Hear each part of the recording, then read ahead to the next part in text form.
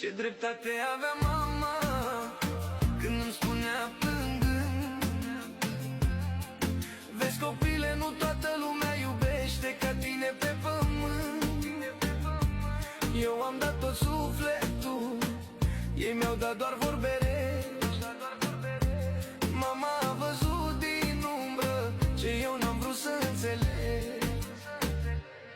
Am ridicat pe mulți din praf, i-am pus la masa mea. Când mi-a fost mie greu la rând, n-am mai găsit pe nimeni.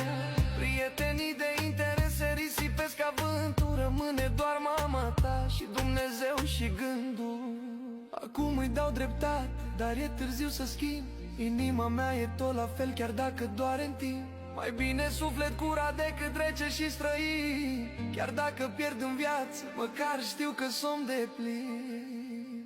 Ce dreptate avea mama când îmi spunea mereu: nu toți au inimă ca tine, lumea te schimbă dacă lași, dar eu n-o să mă vând. Rămân cu inima mea, chiar dacă plâng cântând.